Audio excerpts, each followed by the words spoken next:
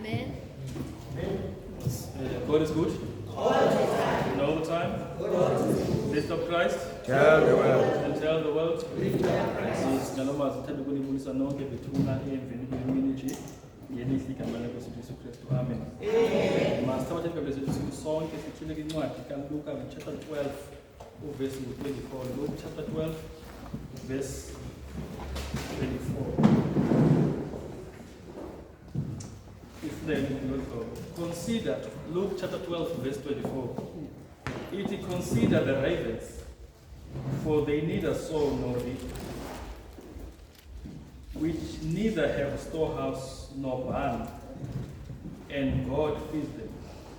How much more are ye better than the fowls? May the good Lord bless and increase right now and forevermore. Amen. Must went to last time as so we get to come and matter. See, killing us with that. Like it was killing us in the city. Was about this level of money in our shallow assembly. Only was near the wood down with the long term so we can ask us to in the magazine killing in what I look. We saw up a corner. We are fundis. But the windows won't get we saw fundis in the eternally peace at time artic galani or Kandelani Kumashum. As our Butel Guvimba. Oti as Linica, as an eligible, but as Butel Guvimba. Otwa, Utata was or Semas Uzinika, Ukuja, Emika. Ati Montai Kaba, Ati and the Bandia and now working as Mama Genoda. Over E by Billy. Kwizinto ezininzi ezithethileyo ndifuna ke ukuthetha ngemizuzu embande kwenzela ndingayidluli eli xesha ndibonayo nge-5 minutes ndinayo. Okokuqala zininzi izinto uThixo azimentionayo eBhayibhileni, zininzi, kodwa ndiyayithanda into yokubana uThixo kwizinto ezibalulekileyo ezikhoyo ehlabathini akalibelanga ukuchaza uba kwizinto ezikhoyo kukho nentaka. Yavakala ya uthi ke ezintaka zidalwe nguThixo nazo. Ncwadi ke chapter 1 uzachaza uba uThixo wathi makubekho intaka ezibhaqayo emazweni zabaphi intaka. Singachaza uba zintaka ezinjani, sizawuphila njani, sizawuphila lifespan engakanani, asichaze loo nto. All we know that intaka zikhona. Noba uzawuphuma uba ume 30 minutes ikhona intaka ezawudlula. Ijonge ndifuna ke ngokuthina abantu balapha evuselela. Xa sizawungena ebudini baleli veki mhlambi ngenxa yobunzima esawudibana nabo kuzaba nzima nokufunda iBhayibhile. I'm not saying loo nto i-right, but ubakho amaxesha ude uqoba kunzima ukuya encwadini yofunda iBhayibhile. Ngamanye amaxesha awaneli nje ukuba kwenzima ufunda iBhayibhile, kuba khona amaxesha kwenzima nokuthandaza oku. Uthi ngoku sowusemadolweni but kungaphumi into ngenxa yokusindakala zizinto zobomi. Ziyasinda into zobomi. Ngamanye amaxesha uyazubona umuntu ehleli phansi ubukela iTV. Mhlawumbe lethe ubukela into yeweather, uthi kuye ithini iweather yaseKapa? Ale andiyazi. Kanti akasabukelanga qha lithuba lakhe bakahlale phansi acinge zonke izinto. Mina abantu abangodada ke bazawuyazi into yokuba well noma bayayazi kodwa kodwa iyabahlupha kakhulu into yokubana kuba kwamaxesha apha endlini uvela uqondwa in as much as I'm a provider but anacebo. Lo mama uthi into ezithile azisenziwa apha endlini ubuqonda zikhona engqondweni izinto. Cha ezi zinto uyazazi zifuna imali. And imali yinto engekhoyo lokho. Uthi noba ndizayiarguisha but lento ayizinalo nale solution yena ndiyifunayo because lo muntu ufuna kwenze ohlobo. I want to tell you xa imeko yakho injalo inzima eloluhlobo kuza unqaba nabantu boza kuwe bazothana ngevisi ngoba nawe awusafuni ubona abantu ufuna nje uzicingela ubone ba uzawuthini. Ndithi thatha umzuzu at least 10 minutes of your time. It could be less but 10 will be a maximum.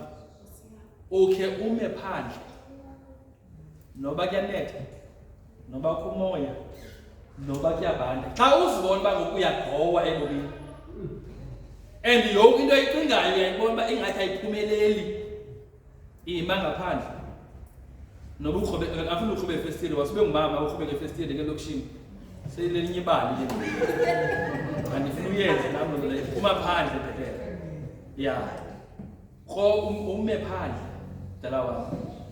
Kule 10 minutes kwintaka ezawudlula. Noba ikhwele kulamzi. No ebisiza kulo wakho. But noba izambela noba ingakanani isize yayo. But I want to say to you, lo ntaka should remind you of this thing. One, la ntaka ibhabhayo pha. Ayilimi yona. Ingalimi nje nento eyifumeneyo namhlanje ayikwazi ukuthatha ibeke kwi-storehouse.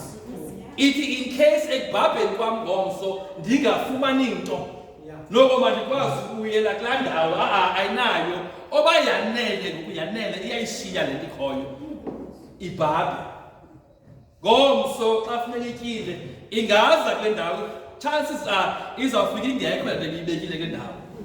Uthi ke uThixo emandleni akhe amakhulu uthi ndiyayazi uba ezi ntaka azilimi kodwa into endiyaziyo funeke mna Thixo ilixanduva lam uba mandizityise every day.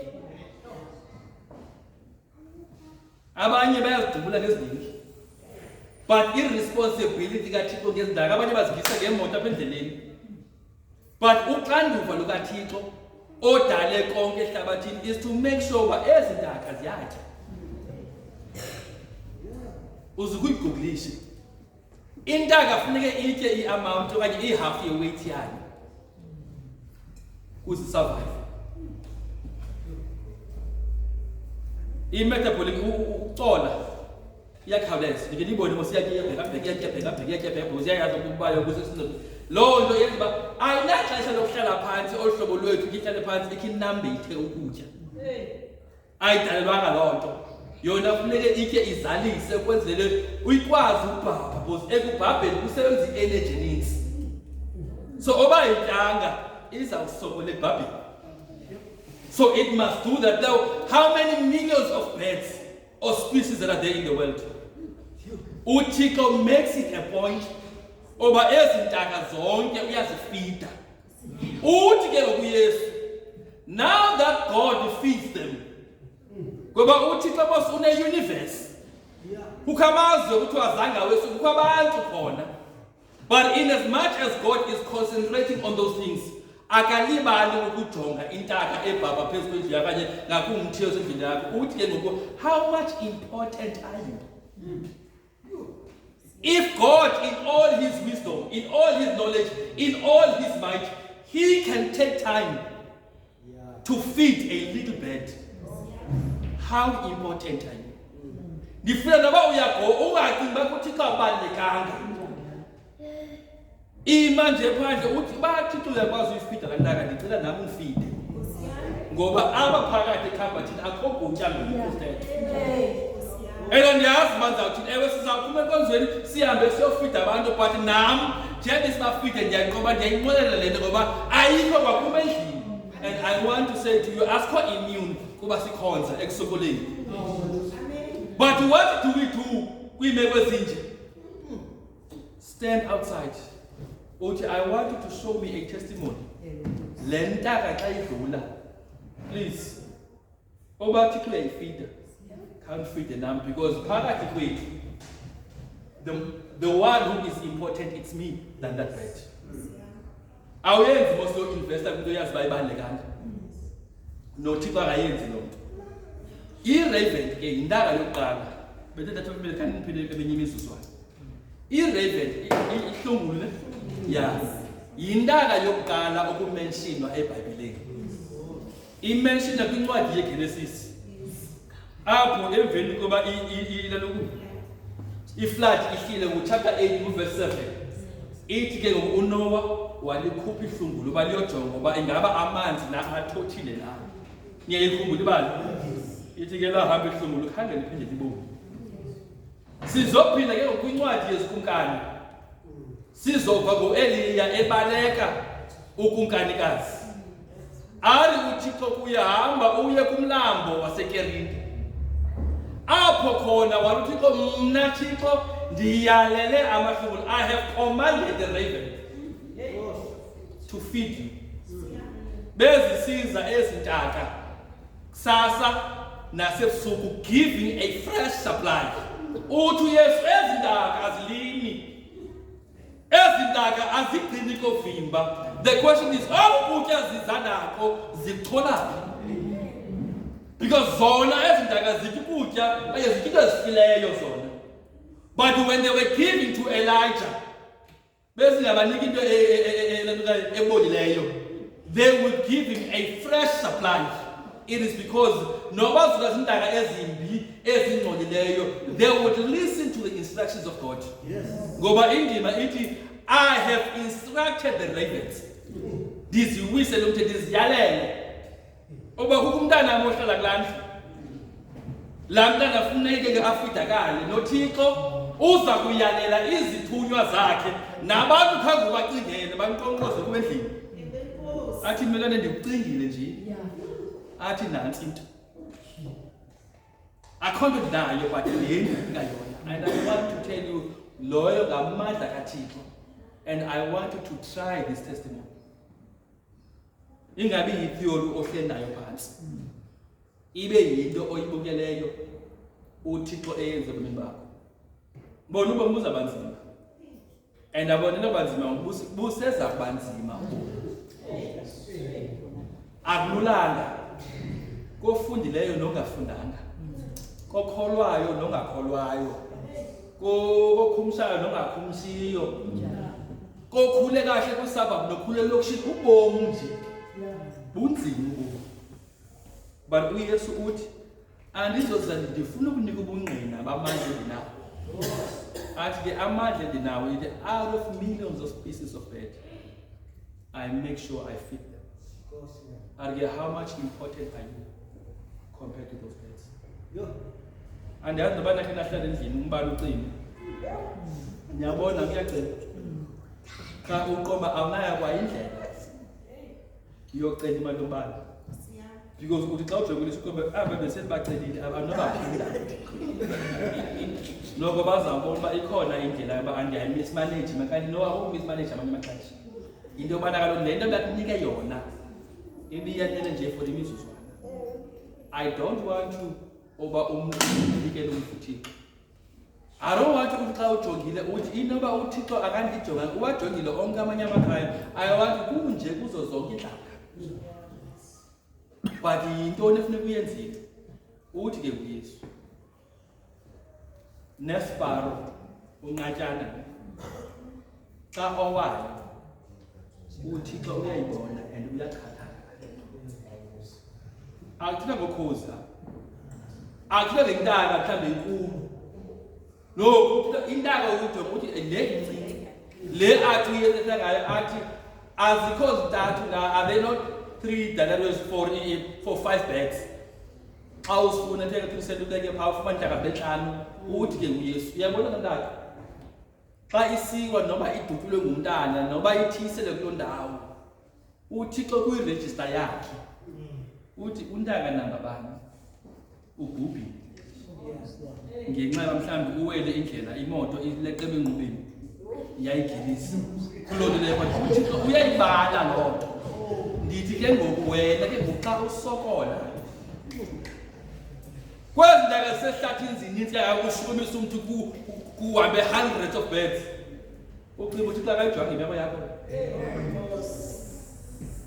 Uthi ke ngoxa ethethe ivesi yami yokugqibela uYesu ayithethayo ngifuna nje uyityhila incwadi incwadi kaMatthew chapter 23 verse 37 ithi, oh Jerusalem, Jerusalem, sekukade ndizama ukuniqola ndawonye njengesikhulukazi siqola ndawonye amantshontsho aso ningavumile. Ngiyayikhumbula vesi uYesu ebona iJerusalem, ithi iBhayibhile uYesu wayilela wathi kuzidala ndinizamela ukuniqola naningi njengesihlukazi, because inkukhu okanye a chicken fall under the category of birds. Ntaka nayo uthi ke ngokuyiso xa ndithenge protection yam, not only do I have an ability to feed you, but I also have an ability to protect you. That is why when you read the Bible, it under his wings. Njengoba intaka xa ibona ukhozi usiza for abantwana babo, lithi abantwana bamsondelani ngenani phansi kwamaphiko abo, abantwana abahlale bekhuselekile. Injalo i-protection kaThixo ngathi. EliBhayibhile isithunywa sikaYehova sibangqina ngenxa zonke abamongikazi, ili sibahlangule. And I want to say to you batshana seGuselela, xa niphuma kule nkonzo nizawuhamba ebudeni baleveki, bamba nje into zimbini. One, God has a power to feed you. Soze ulambe ude ufe uThixo ekhona. Not unless yena ezwi lakhe ebengaqinisekanga oba uzofika lekhisi efana nawe. Ofishe ngokuthina ngokukwazi kwethu ayikho into uThixo emjikela ngasemva. Yonke uThixo imeko yakho beyijokile. Am I saying you don't struggle? I'm saying you are going to struggle. Ngoba simele uphumela kuzibandezelo kuba lithi kwezo meko ezinjalo uThixo wakho uza kunika isonka kangakunika cake. Because your body needs nutrition. I need to be mad. He will give you sufficient thing. And enough nutrition ukuthi namhlanje sizakuqhubeka ndihambe. Anganele kwenza lo Thixo akhe xa uphuma start imoto yakho kule taxini kule training fly ebhekele ethile akhe I still have an ability to protect you. Ndokugcine ndikhusele ekuphumeni kwakho nasengeneni kwakho. Qho wena xa uphuma cela ukuthi Thixo ngicela inkuselo yakho. Ndizawuhamba mbekenda bethini. Noma ube esihlobeni ndicela inkuselo yakho ndabekenda bethile ukuthi uyayilipota akhuse xa ubuyile Thixo ndibuyile mandla nawe. Mhlambe xa ndithinde ndaze evuselela bakhona sizawuqhubeka ngoba iBhayibhile ayaneli nje ukuthetha ngale ngezindaka. Uthi yazi uThixo unamandla okugayida kwindawo ohamba kuzo.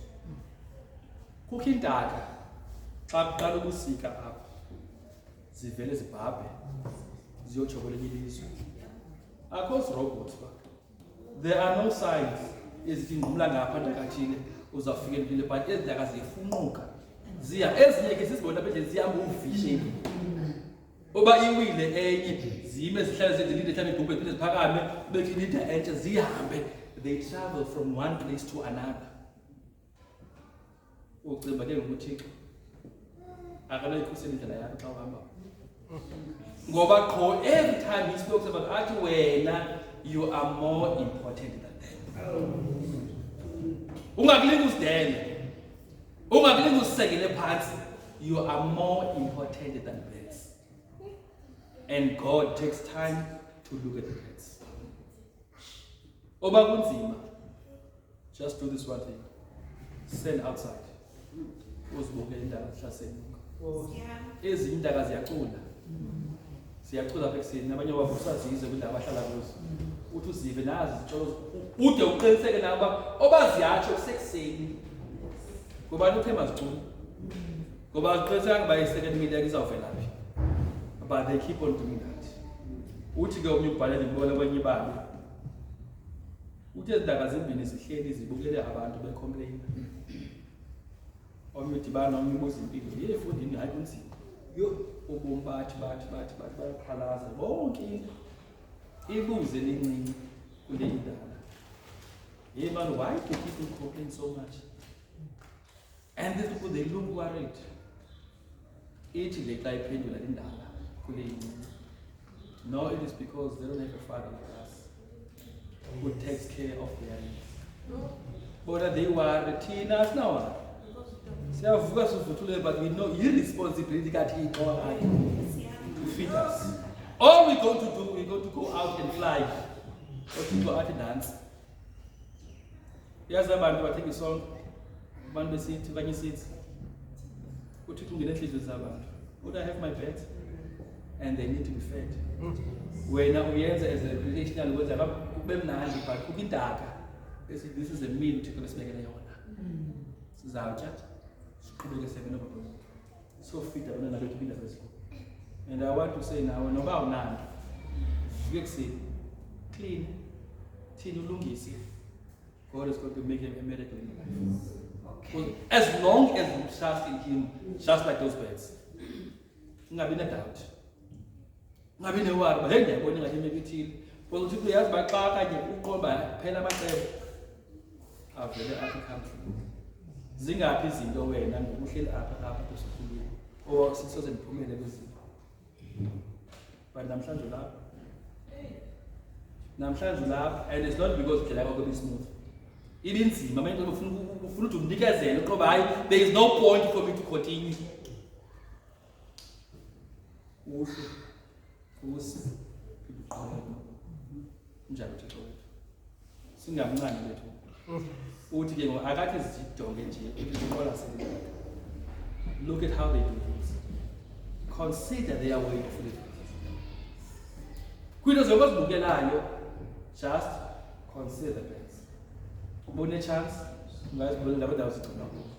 Sihamba ngokundiyeva, siziqalisa bo siyachaza ba ubusuku uyeza. So wonke umuntu ozaziyo ukuthi nekhaya angagoduka. Udinda kahle sizichaze bakuza. Kuseqolo bethu namabe nani. Inisikele nigcine. Nizazi bakuthi kodwa ibandekile. Yangabaleka abanye abantu but to God we are very important. And God knew that namhlanje nizaba khona nizaba kule ndawo. He has already prepared the way for you. Lala namhlanje ungena khala. Tomorrow God has a better plan. Amen.